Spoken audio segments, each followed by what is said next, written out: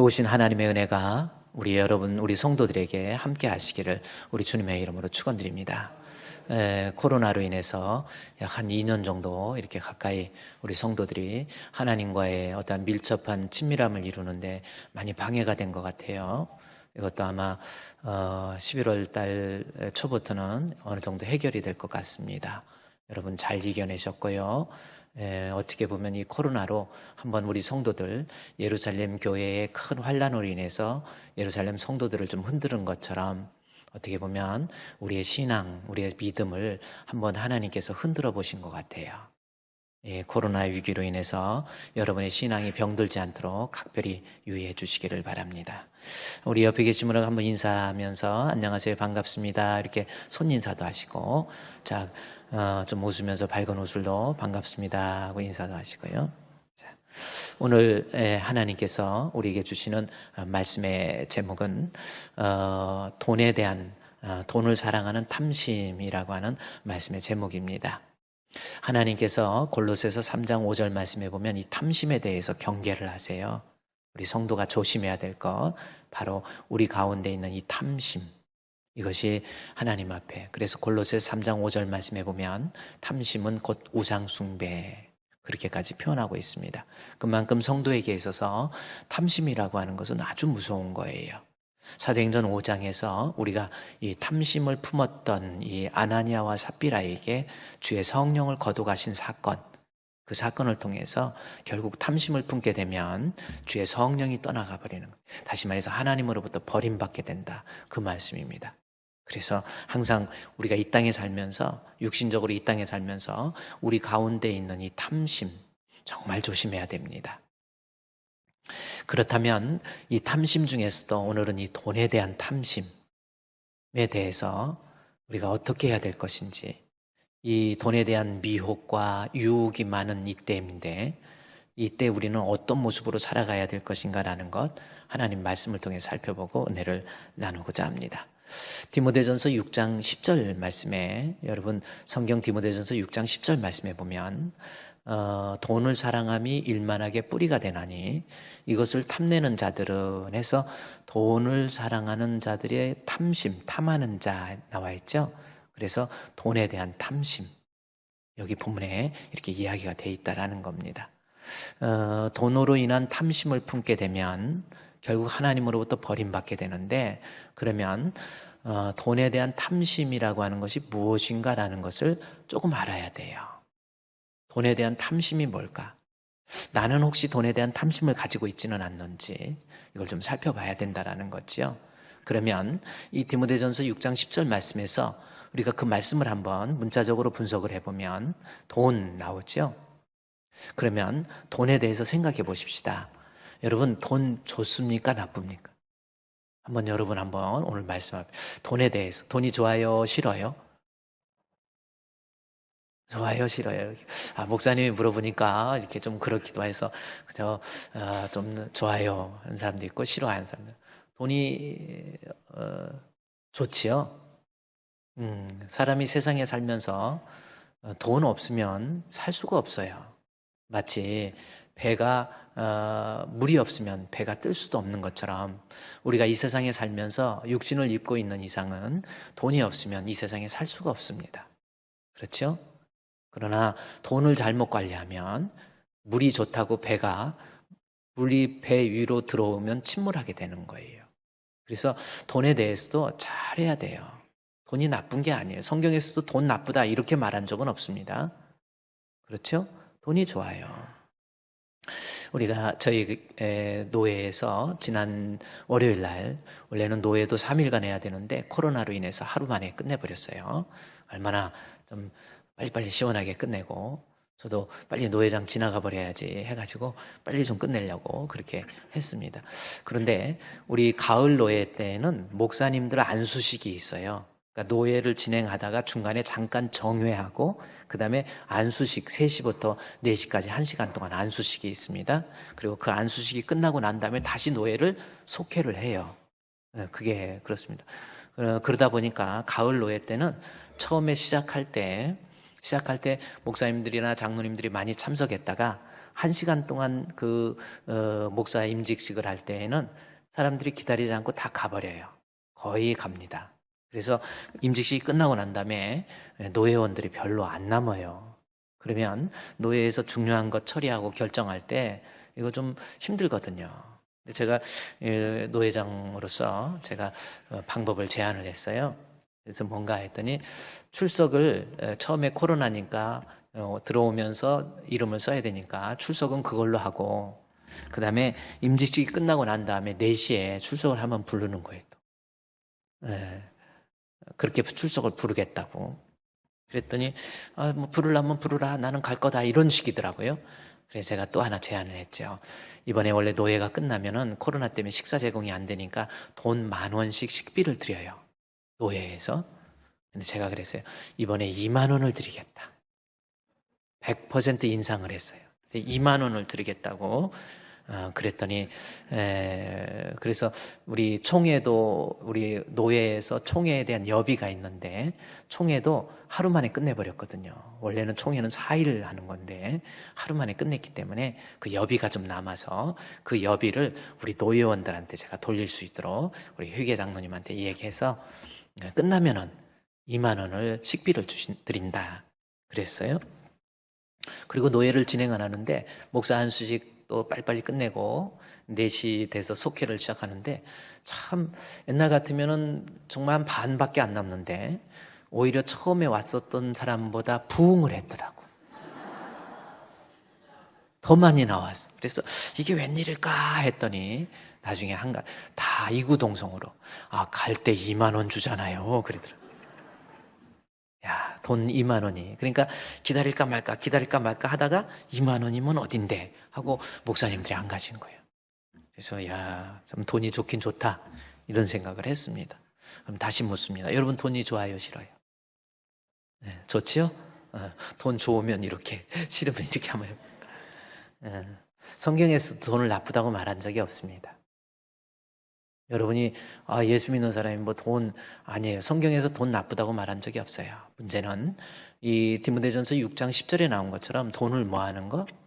돈을 사랑하는 것이 문제예요. 그래요.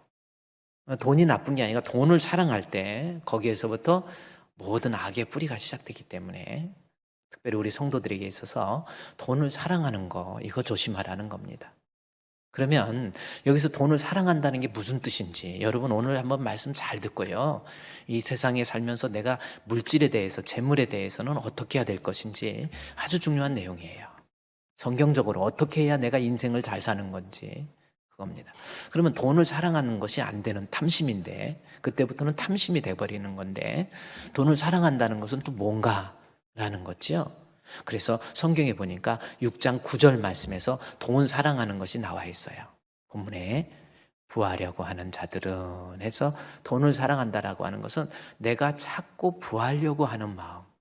조금 더 쉽게 내가 자꾸 돈을 더 쌓고 부자 되려고 하는 그러한 마음이 돈을 사랑하는 모습이라고 하는 겁니다. 그러면 여기서 그래요. 내가 부자 되려고 하는 마음 그 자체가 과연 그렇게 나쁜 건가? 라고 하는 거. 그래서 저 뜻이 무슨 뜻일까?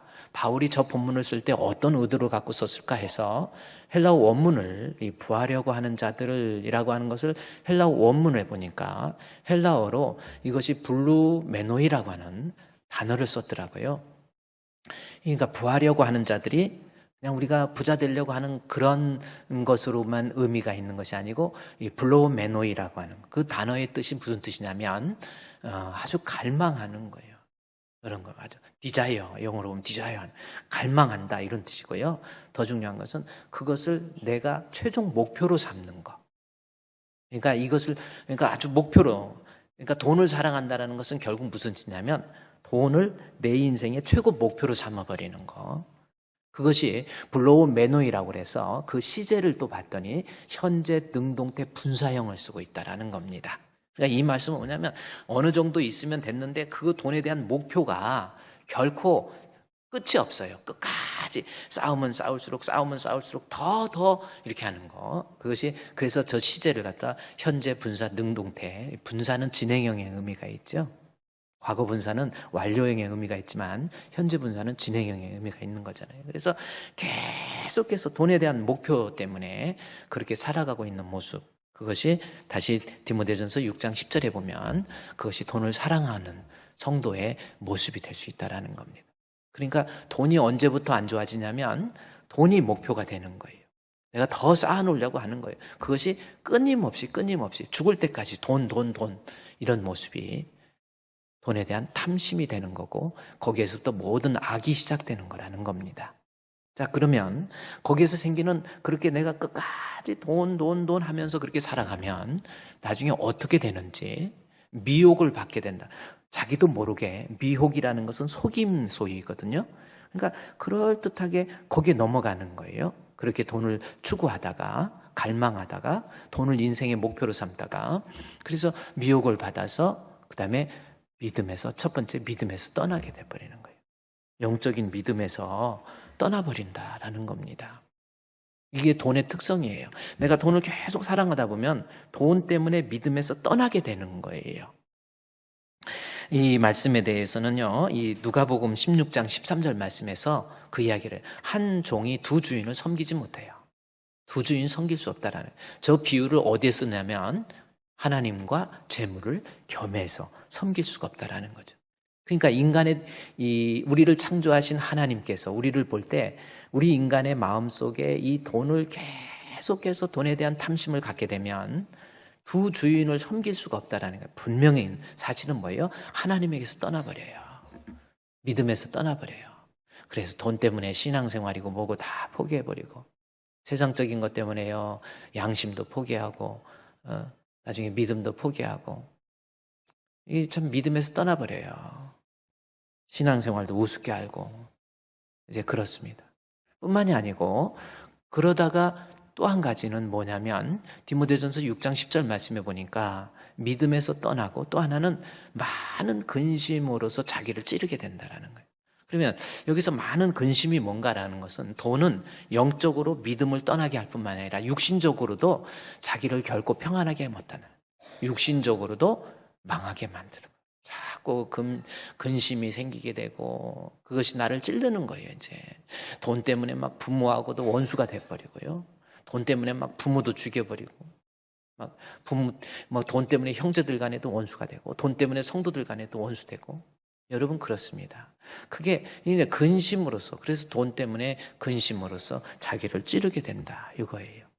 그래서 이 말씀에 대해서 그 9절에서는 뭐라고 하냐면 돈을 사랑하는 것이 결국 믿음과 근심, 영적으로 육신적으로 결국 망하게 한다고 그랬는데 여기 사랑하는 부하는 자들은 보세요. 시험도 올무도 여러 가지 해로운 욕심에 떨어져서 결국은 곧 사람으로 뭐예요?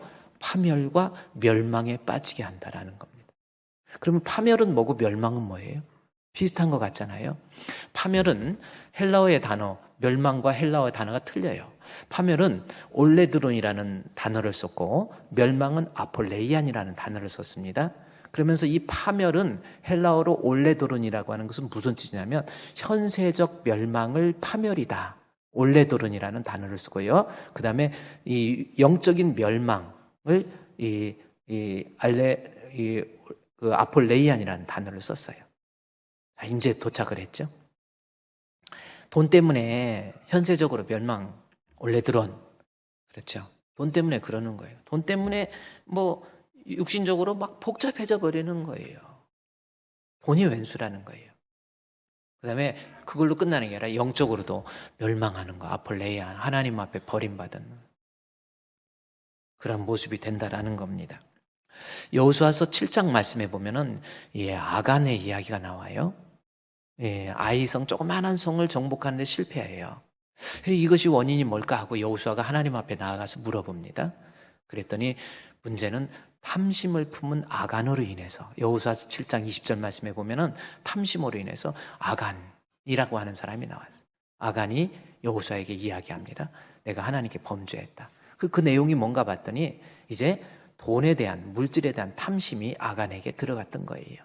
그래서 그 다음 절 말씀해 보니까 아간이 하나님 앞에 고백해. 내가 노력한 물건 중에서 아이성 노략한 물건 중에서 신할산의 아름다운 외투 한 벌, 한 벌과 은 200세겔과 그 무게가 50세겔 되는 금 한 덩어리를 보고 바로 탐심을 갖게 되죠.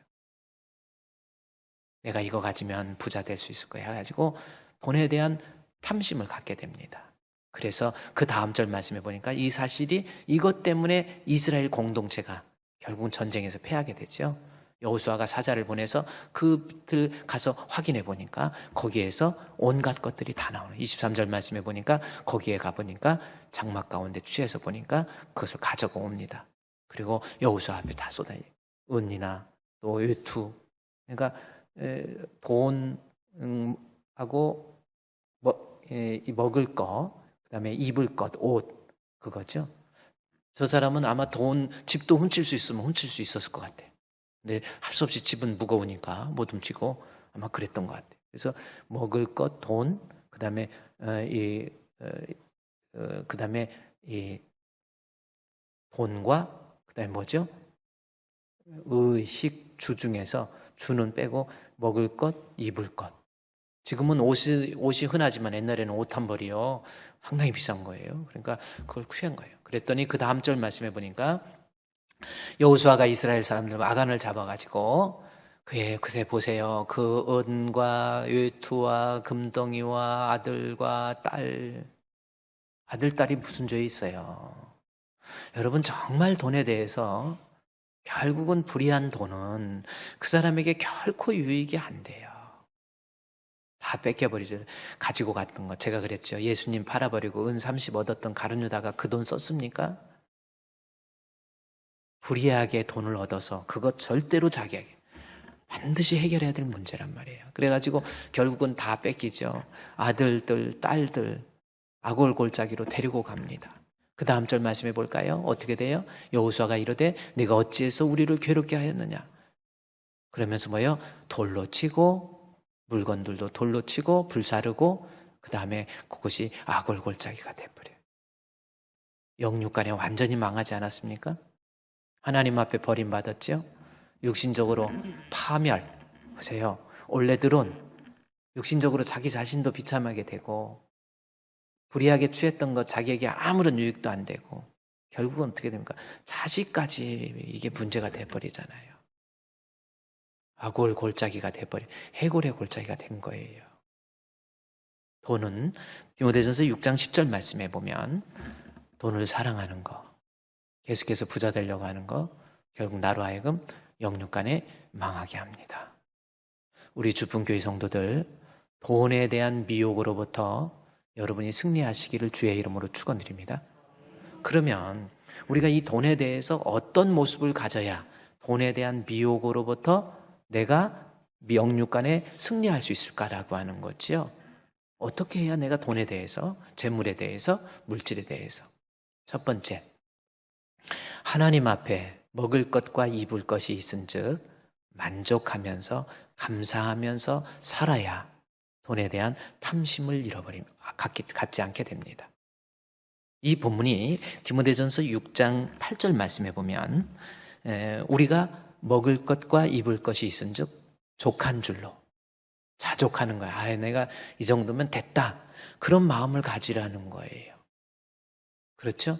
여기도 나오잖아요. 먹을 것과 입을 것과 잘 것이 있은즉 이렇게 안 나왔죠? 아마 요즘에 막 아파트 값이 올라가니까 미리 여기도 뺀 것 같아요. 나 이제 아파트 하나만 있으면 내가 이제 더 이상 만족 아니라니까요. 지금 일단 기본적으로 먹을 것, 입을 것, 그렇죠? 오늘 다 입고 오셨죠? 그렇죠? 안 입고 오신 분 없잖아요. 입을 것 입고 오늘 아침에 드시고 오셨죠? 안 먹은 거, 그건 다이어트로 안 먹는 거는 있어도 안 먹은 거지. 먹을 것, 입을 것 있으면 하나님 앞에 감사하라. 그러니까 자족할 수 있는 기준이 먹을 것, 입을 거라니까요. 상당히 기준이 낮죠. 적어도 뭐 그래도 먹을 거, 입을 거 있고 그다음에 뭐 집도 하나 있고 뭐 아이들 가르칠 돈 있어야 내가 이 정도면 만족하지 난 저 정도는 못해 이렇게 나올 수밖에 없는. 그래서 상당히 그 수준을 먹을 것과 입을 것이 있으면 만족해야 돈에 대한 탐심에서 떨어지지 않는다라는 겁니다. 그래서 이 말만 하면 너무 냉정한 것 같으니까 이 바울이 이 본문을 쓰면서 이미 6장 7절에서 다음과 같은 이야기를 해요. 먹을 것과 입을 것으로 만족하라는 것에 대해서는 너는 세상에 아무것도 가지고 온 것이 없다라는 거예요. 그렇죠? 태어날 때 가지고 온 거 없고 갈 때 가지고 가지 못한다. 이 아주 중요한 명제를 우리에게 가르쳐줘요. 인간의 실존 이해에 있어서 인간은 누구냐면 우리는 하나님 앞에 태어날 때 아무것도 가지고 온 것 없이 태어나서 아무것도 가지고 가지 못하는 거예요. 탈무드에 보면 그런 글이 있죠. 세상에 태어날 때 아이가 태어나면서 막 그냥 손을 꽉 움켜쥐고 천하를 움켜줄 듯한 그러한 우렁찬 소리로 태어나는데 죽을 때는 힘도 빠지고 손도 다 피고 죽는다라는 거예요. 이것이 인생이라고 하는 것 여러분이 기억하라는 겁니다. 내가 아무리 돈이 많아도 아무리 자식들이 잘 돼 있어도 아무리 세상에서 명예가 있어도 우리 인생은 갈 때는 그냥 가야 돼요. 물 한 방울 못 갖고 갑니다. 우리 헬라 제국이라고 하는 기원전에 있었던 기원전 약 300년, 그러니까 313년도에 헬라 제국의 힘을 황제로, 그래서 알렉산더라고 하는 대왕이 있습니다. 알렉산더 대왕이 313년에 아버지 필립 2세의 뒤를 이어서 이 마케도니아를 중심으로 해서 제국을 통일하지요. 그래서 그가 힘을 잡았을 때가 BC 313년입니다. 바로 알렉산더 대왕이에요. 제가 사진 한번 여기 보면 저분입니다. 저 사진은 이 그리스 박물관에 이 알렉산더 대왕의 그 부조, 그 벽화에 나와 있는 부분의 사진을 찍은 거를 이렇게 해놓은 거예요. 저분이 아버지 필립 2세의 뒤를 이어가지고 30살 때에 이 젊은 나이에 황제가 되고 그리고 313년에 황제가 돼서 그 넓은 제국을 갖게 돼요.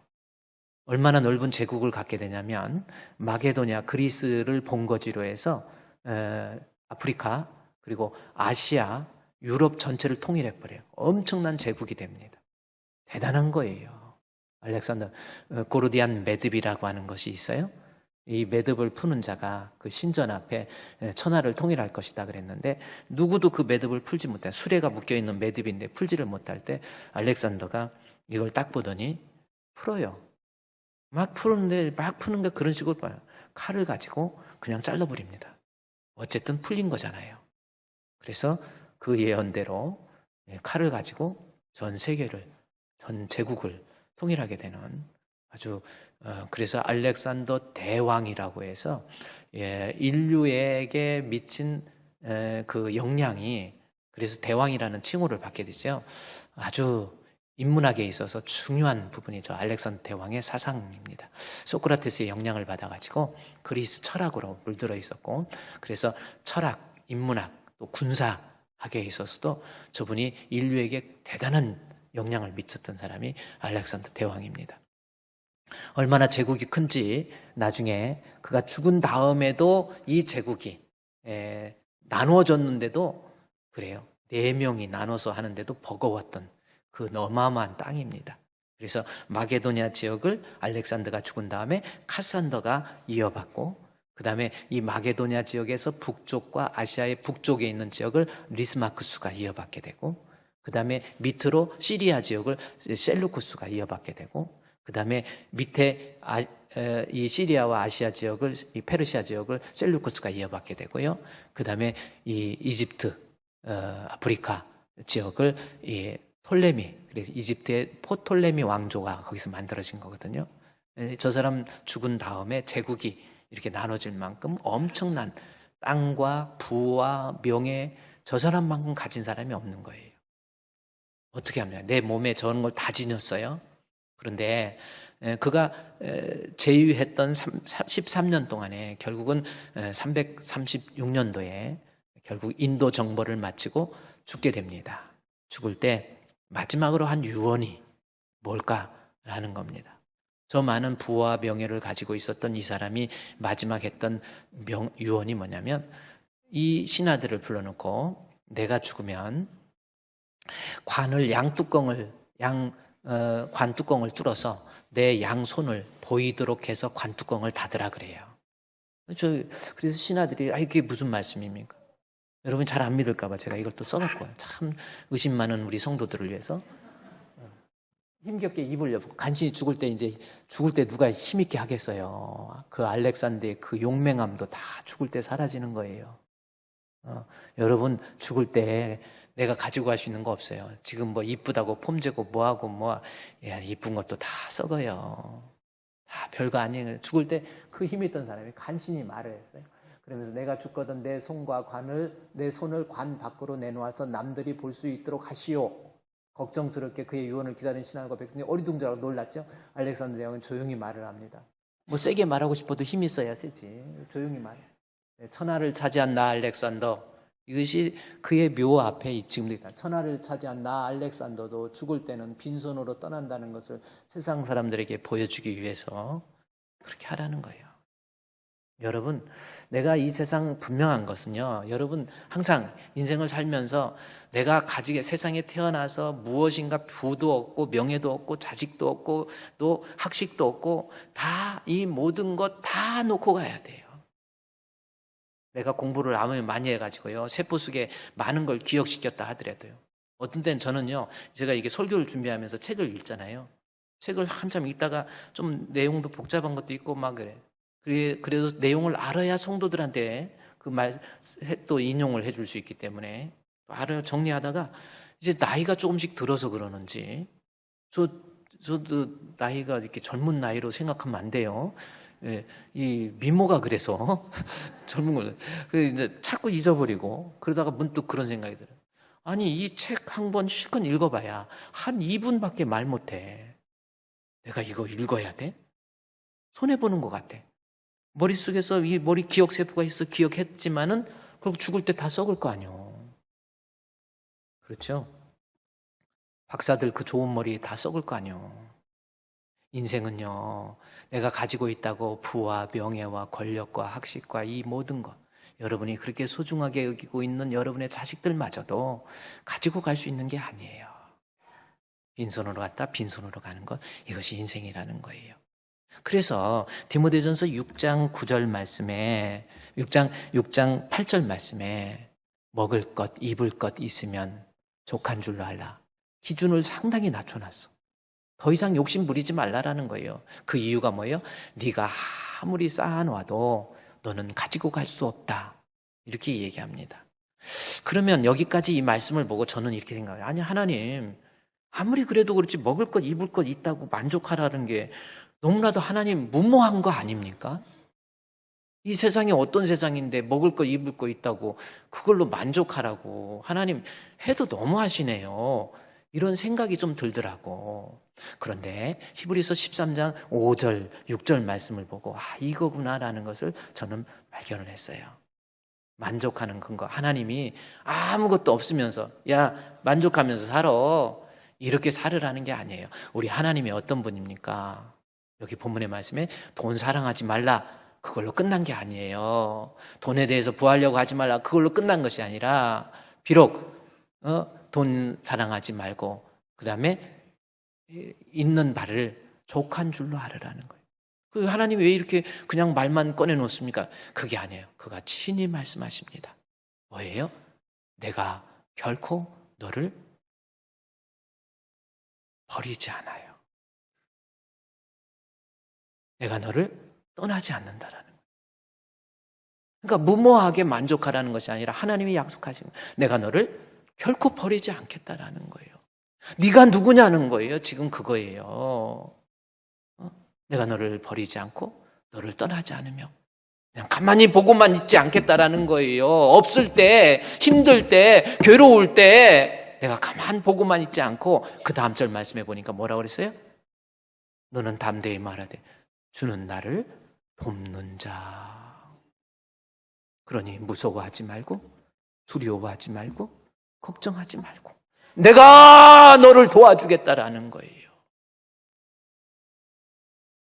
그러니 내가 돈 때문에 염려하고 탐욕을 부린다고 해서 부자 되는 거 아니고요.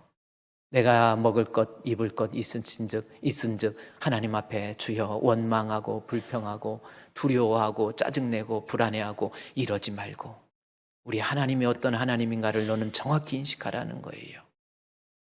하나님은 나를 결코 버리지 않습니다. 하나님은 결코 나를 포기하지 않습니다. 하나님은 나를 분명히 도와주신다는 거예요. 제가 지난 심야기도 때 엊그저께 심야기도 여러분 심야기도도 좀 나오셔서 제발 기도하세요. 우리 장로님들, 우리 권사님들 말과 행실과 사랑과 믿음과 정절에 있어서 모든 믿는 자의 본이 좀 되시고요. 나와서 연약한 성도들 지금 코로나로 인해서 얼마나 힘들어합니까? 이들을 좀 일으켜 세우세요. 나오셔서 기도도 좀 하시고. 제가 이번 심야기도 다시 시작하면서요. 말씀이 베드로전서 1장 1절에서 5절까지 말씀을 전해주셨거든요. 베드로가 AD 64년에 네로 황제의 그 핍박으로 인해서 엄청난 핍박이 있는 그 성도들을 향해서 나그네로 이야기해요. 너희가 영원히 살 곳이 이 세상 아니야. 너 지금 힘들지? 너 어렵지? 너 지금 울지? 그러면서 2절에서는 뭐라고 하는지 아십니까? 네가 누군가 기억하라는 거예요. 너는 누구예요? 하나님이 나를 미리 아셔서 나를 선택해 주시고 성령으로 거룩하게 해서 예수 그리스도 알게 해주시고 예수 그리스도 믿게 해주시고 내가 누굽니까? 다시 그 다음에 얘기해요. 나 같은 것을 위해서 예수님께서 3절 말씀에 보면은 예수님께서 피 뿌림을 받아서 그랬죠? 죽은 자 가운데서 부활하게 하심으로 그랬어요.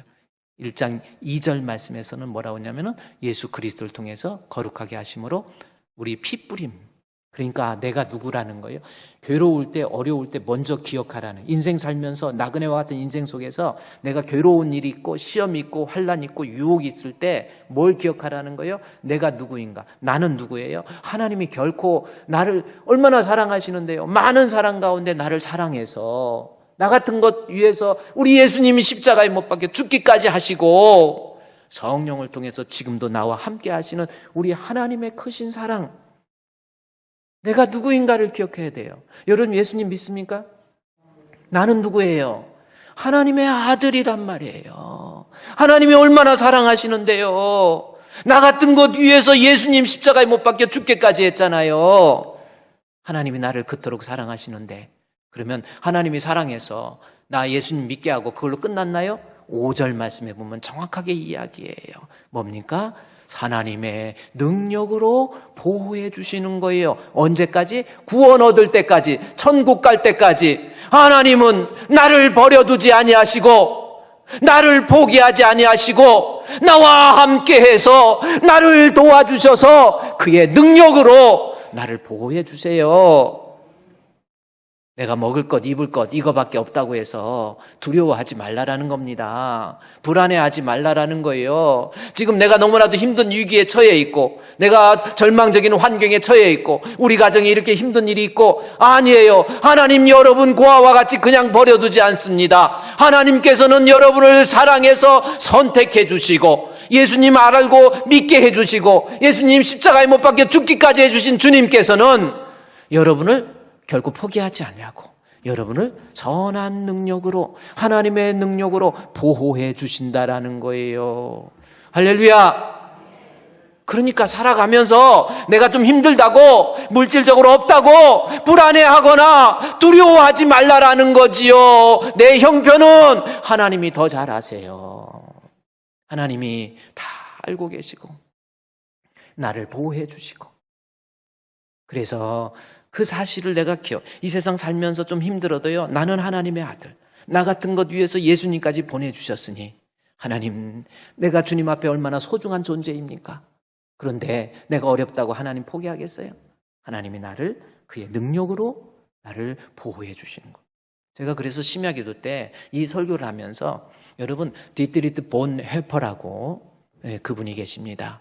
아주 유명한 분이에요. 천재 신학자예요. 얼마나 실력이 있는지 몰라요.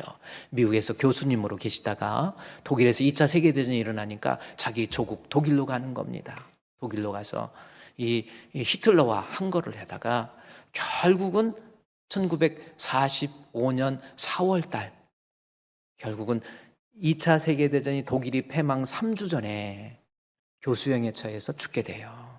얼마나 아까운 인물인지 몰라요. 그런데 보세요. 감옥에서 엄청난 고난을 당했어요. 너무나도 괴로워요. 너무나도 추워요. 너무나도 사람이 보고 싶고 그리워요. 앞으로 죽음에 대한 공포가 그를 엄습합니다. 여러분, 그 상황이면 어떻게 생각하겠습니까? 두려워하고 불안해하고 좌절하고 절망하고, 하나님 왜 이렇게 나를 힘들게 합니까? 왜 내가 죽어야 됩니까? 원망도 할 수 있잖아요. 그러나 그는 그렇지 않았어요. 마지막에 죽음의 사형 선고장에 가면서도 하나님 앞에 주님이 주시는 평안 속에서 그가 사형을 당합니다. 그리고 죽기 전에 사랑하는 약혼녀 마리아에게 쓴 편지를 통해서, 나는 지금 이 위기에 처해 있지만, 이 괴로움에 처해 있지만 염려하지 마세요. 나는 하나님의 선한 능력으로 지금 내가 보호하심을 받고 있습니다. 그 내용을 보면요, 이 독일어로 뭐냐면 본 구튼, 메쿠튼, 선한 능력이라는 거예요. 이 메쿠튼, 본 구튼, 메쿠튼, 저기죠? 뭐 독일어 여러분이 좀 익숙하지 않으니까 본 굿, 그러니까 굿, 좋은, 선한, 메쿠튼이라고 하는 겁니다. M 해가 여러분 영어로 보면 M, 독일어는 틀리지만 M하고 A 위에 점 2개가 있죠. 이건 umlaut라고 그래요. 소리를 으 발음을 해야 돼요. 그 다음에 A 시작되는 CH 발음은 흐. 그렇지 않으면 이 히로 이뤄야 되는데, 저거는 그래서 möchten. 그래서 본 구튼 맥튼, 그렇죠? 선한 능력으로. 근데 선한 능력으로 보호받는다고 그럴 때 그 다음에 뭐라, 본 구튼 맥튼 문두바 게보르겐. 이 게보르겐이라는 단어를 써요. 이 게보르겐이라는 것이 무슨 뜻이냐면, 우리 주님의 능력을 갖다가 이 게보르겐이라는 단어를 씁니다. 이 게보르겐이라고 하는 그 단어는 엄마 뱃속에 있는 아가가 태어난다라고 할 때 게보르겐이라는 단어를 씁니다. 근데 이 본회포가 그 추위와 그 고문과 어마어마하고 무서운 이 핍박 속에서, 그리고 죽음의 공포 속에서도 그는 하나님 앞에 내가 마치 엄마 뱃속에 있는 것처럼, 엄마 뱃속에 있는 아가가 산소가 필요하면 산소를 공급받고, 물이 필요하면 물을 공급받고, 혈액이 필요하면 혈액이 공급받고, 비타민이 필요하면 비타민 다 공급받아요. 그리고 필요 없는 배설물 같은 거는 엄마가 다 배설시켜주는 거예요. 나는 이 위기에 처해 있지만 우리 주님이 선한 능력으로 엄마 뱃속에 있는 것처럼 나를 보호해 주시니, 내가 놀라우신 주님 찬 봉구톤 막톤 문들밖에 보엔. 한번 볼까요? 들어볼까? 여러분 살아가면서 왜 절망하십니까? 나 돈 없다고, 나 어렵다고, 나 힘들다고 절망하지 마세요. 하나님이 분명히 여러분을 지켜주시잖아요. 하나님이 분명히 여러분을 사랑해 주시잖아요. 여러분 생각해 보세요. 저게 시켜서 그러는 게 아니라 정말 하나님의 이 게보르겐, 하나님 엄마가 뱃속에 아가를 품듯이 나를 위기 속에서 품어주시는 하나님, 내 인생의 절망 속에서 나를 지켜주시는 하나님. 그러면서 그 보고 싶었던 그 마리아에게 편지를 쓰면서 우리 새날을 맞이하자, 새날을 맞이하자. 참 아까운 분이, 여러분이 우리 본회포와 같이 여러분 하나님 앞에 소중한 자녀잖아요. 하나님이 여러분 포기 안 합니다. 내가 너를 버려두지 아니하시고, 내가 너를 포기하지 아니하시고, 내가 너를 도와주겠다라고 하는 하나님의 약속이 있으니까 이 세상 살면서 더 이상 불안해하지 마시고 하나님 앞에 만족하라는 거예요. 죽을 때까지도 하나님의 선하신 능력으로 나를 보호해 주시는. 저 찬양의 내용 중에 제가 한번 저 상황에 실제 처해 보세요. 진짜 여러분 신앙이 있습니까? 믿음이 있습니까?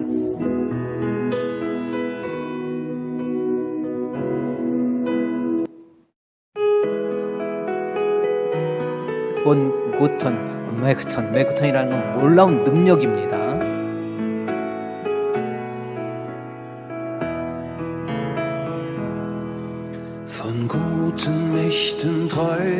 still umgeben, behütet und getröstet 저는 이 찬양만 wunderbar. 들으면 눈물이 나요. 우리 하나님이 나를 So 얼마나 will ich 사랑하시는지. diese Tage mit euch leben und mit euch gehen in ein neues Jahr. 그 다음에 보세요. Von guten Mächten wunderbar. 됐어요. 꺼보세요. 자, 제가 이 문장을 여러분 보면요. 내가 이 절망 속에서 그 위기 속에서도 나는 결코 두려워하지 않고 걱정하지 않겠다라는 거예요. 그 이유는 뭡니까? 몬 구튼 메이크튼이에요. 하나님의 선한 능력이 나를 문두바라는 놀라운 원더풀입니다. 문두바 게보르겐 나오죠? 제가 이것 때문에 여러분에게 게보르겐이 무슨 뜻이냐면 엄마 뱃속에 아가가 태어나는 거예요. 여러분은 지금 하나님의 엄마 하나님 뱃속에 아가가 뭔 걱정을 하냐는 거예요. 엄마는 못 먹어도 아가한테는 영양이 공급되잖아요. 산소도 공급되고 그래요. 이 세상 살면서 나 돈 없어, 나 힘들어, 나 아파, 나 괴로워, 나 정말 억울해, 나 못 살겠어. 그러면서 절망하고 두려워하고 원망하는 거. 히브리서 13장 5절 6절에서 뭐라고 그럽니까? 만족하고 감사하고. 오히려 히브리서 13장 5절 다시 보세요. 거기에 보면 만족하고 기뻐하고 감사하고. 그렇죠? 내가 너를 결코 버리지 아니하시고. 그것도 하나님이 친히 말씀하셨어요. 여러분 결코 안 버려요. 여러분 힘든 거 하나님이 더 잘 아세요. 여러분 결코 떠나지 않아요. 그걸로 끝납니까? 하나님은 여러분에게 필요한 것, 그 다음 절 말씀해 보니까 도와주시는 돕는 자가 되셔요. 내가 지금 돈 없어서 고민하고 충분히 이해가 갑니다. 나 지금 어렵고 힘들어서, 나 아파서 병들어서 이해가 가요. 그러나 하나님의 선하신 능력이 여러분을 지켜주세요. 제가 오늘 예배 드리면서 여기 올라오는데 우리 대표 기도하기 위해서 우리 남장로님, 남희중 장로님 언제나 교회 일 충성하시고 보이지 않는 곳에서 힘든 거 어려운 일 잘 감당하시고 참 내가 우리 사랑하는 우리 장로님 남희중 장로님이 목사님 제가요 여기 심장이 갑자기 움직이면 막 조여오고 가슴이 이상하고요 이게 그래요 그러더라고요. 그래 왜 그래요 그랬더니 아마 코로나 주사 맞았는데 그 후유증인 것 같아요. 막 심장이 조여오고 이러다가 사람이 죽고 사는 거 이렇게 하면 죽고 이렇게 하면 사는 거예요. 그래 코로나 언제 맞았습니까? 그랬더니 8월 달에 맞았습니다.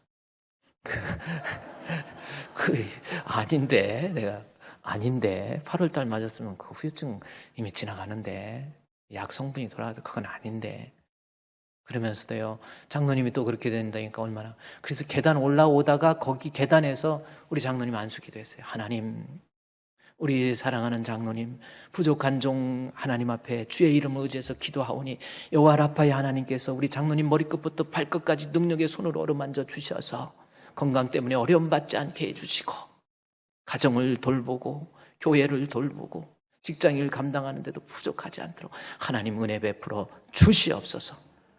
그랬더니 우리 남장로님도 울먹이면서 아멘 하고 이 계단이 여기 뒤에 이 계단이 있고 목사님 설교하러 올 때 여기서 걸어오면 좀 뭐 벌써 은혜가 좀 안 되잖아요. 숨었다가 싹 나타나야 은혜가 되잖아. 그래서 뒤에 계단이 있습니다.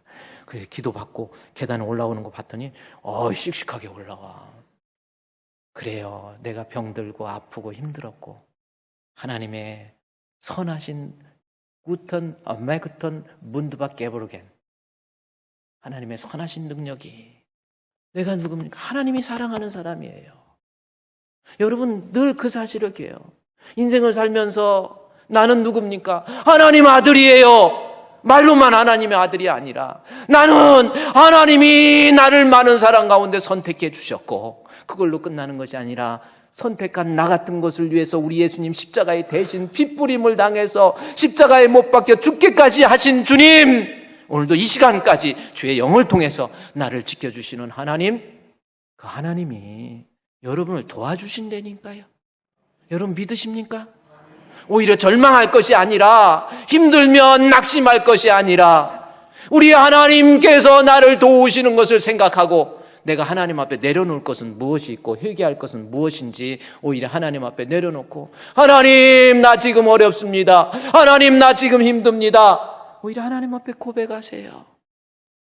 하나님은요, 여러분보다 여러분 자신을 더 잘 알아요.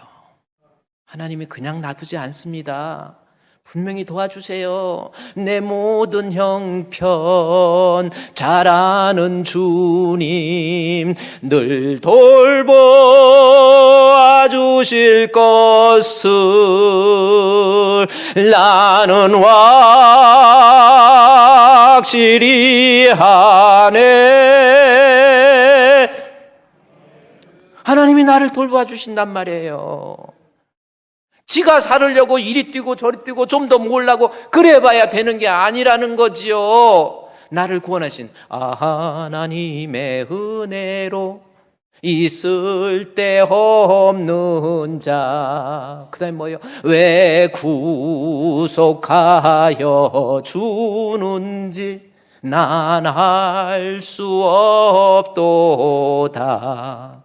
따라서 우리는 어떻게 해야 돼요?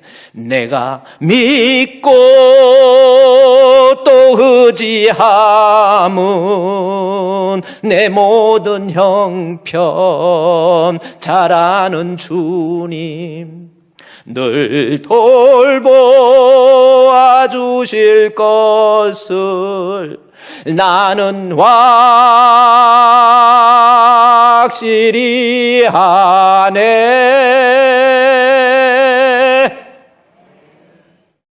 더 이상 절망하지 마세요. 인생 살면서요, 내가 이거 어떻게 해결하려고 하지 마세요. 목회하면서도 저도 별 사람들 다 있어요. 너무나도 힘들고 너무나도 어렵고, 정말 목회하다가 보면요, 정말 별 사람들 다 있습니다. 억울해서 잠 못 이루는 적도 있고 괴로운 적도 있고, 빨리 은퇴했으면 좋겠다 이런 생각이 들 때가 한두 번이 아니에요. 너무나도 힘들다가도 나는 누구예요? 하나님이 나를 얼마나 사랑하시는데, 나 같은 건 목회 안 해도 손해볼 것 없으신데 끝까지 기다려서 나를 목사로 삼아주셨는데, 내가 어려운 위기에 있을 때 하나님 가만히 있습니까? 나를 도와주세요. 나와 함께 하세요. 내가 너를 결코 버리지 아니하시며 내가 너를 결코 떠나지 아니하시리라. 할렐루야! 앞으로 인생을 살면서 여러분 걱정하지 마세요. 하나님께 맡기고요, 오히려 기도하세요. 이것이 물질에 대해서 우리가 어떤 모습을 가져야 될 것인가, 그리고 하나님이 도와주시면요, 하나님이 또 은혜 주시면 다 살 만큼 살게 해주십니다. 믿으십니까? 따라서 만족하시고 오히려 하나님 앞에, 그 다음에 그걸로 끝나나요? 디모데전서 6장에 가보세요. 6장 17절에 어떻게 하라고 그랬어요? 내가 이 세대의 부한자들을 명하여 그랬죠. 이제 그래요. 그렇다면 내가 이제 물질에 대해서 어려워도 힘들어도 하나님 앞에 만족하고 기뻐하라 그랬죠. 감사하라 그랬죠. 그 다음에 또 하나, 돈 좀 있다고 부자 됐다고 교만한 마음 버리세요. 어제도 밤늦게 우리 노예에 있는 목사님 전화가 와서 이야기를 하다가 참 사람이 좋았는데 장로가 되니까 변했대요. 그렇게 힘들게 한대요. 장로가 돼가지고 그렇게 변하고 그러네. 그리고 이제 주일날도 툭 한번 빠지고, 아유, 수요예배 심야기도는 생각도 안 하고, 그런 날, 옛날에는 잘했는데, 왜 그런가 했더니 돈이 왼수더라는 거예요. 사업을 해서 이제 돈이 오히려 이 코로나 때 돈이 더 많이 벌어진 거예요. 그래가지고 결국은 하나님 앞에, 그래 좀 뭐라고 했더니, 여러분 목사님이 혹시 여러분에게 뭐라고 할 때요, 미워서 하는 거 아닙니다. 집사님, 장로님, 권사님 이렇게 해야 됩니다. 이렇게 권면할 때, 이게 옛날에는 안 그랬는데 달라져가지고, 뭐야? 왜요? 막 이러면 목사님 우습게 알고. 여러분 그러지 마세요. 돈 좀 있다고, 실력 있다고, 내가 신앙생활 오래 했다고, 명예 있다고 여러분 교회에서까지 그럴 겁니까? 이 세대의 부한자들에게 명하노니 마음을 높이지 말고, 그다음에 재물이 없는, 정함이 없는 재물에 소망을 두지 말고 그랬죠?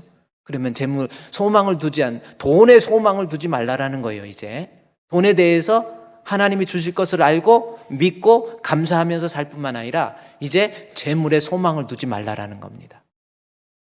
그러면서 뭐라고 그래요? 재물에 소망을 안 두는 구체적인 모습이 뭔가, 이게 또 중요하지요. 그 다음 절에서 18절에서 정확히 얘기합니다. 재물에 소망을 두는 모습, 선을 행하고. 자, 돈에 소망 두지 말고, 세상에 소망 두지 말고, 이제는 뭐예요? 선을 행하고, 선한 사업 많이 하고, 나눠주기 좋아하고, 너그러운 자가 되라. 그 다음 절에 보면은 이게 장래에 너를 위해서 더 좋은 길, 다음 절 말씀에 19절에서 그랬어요. 이것이 장래에 자기를 위해서 좋은 털에 쌓아놓은 참된 생명을 취하는 거라는 겁니다. 그러니까 돈의 소망이 아닌 천국의 소망을 둔 사람은 아까 다시 18절 말씀에 나온 것처럼 선을 행할 줄 알아야 돼요. 그러면 여러분 세상에 살면서 세상에 대한 염려보다는 선을 행한다라는 것이 무슨 뜻인가라는 겁니다. 이것도 선을 행하고 선한 사업은 또 뭔지.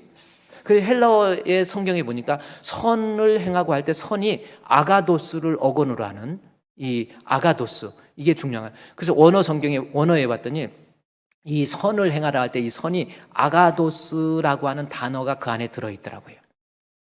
그 헬라어에서 아가도스 메노이라고 하는 이 아가도 에르게인이라는 단어를 썼어요. 예.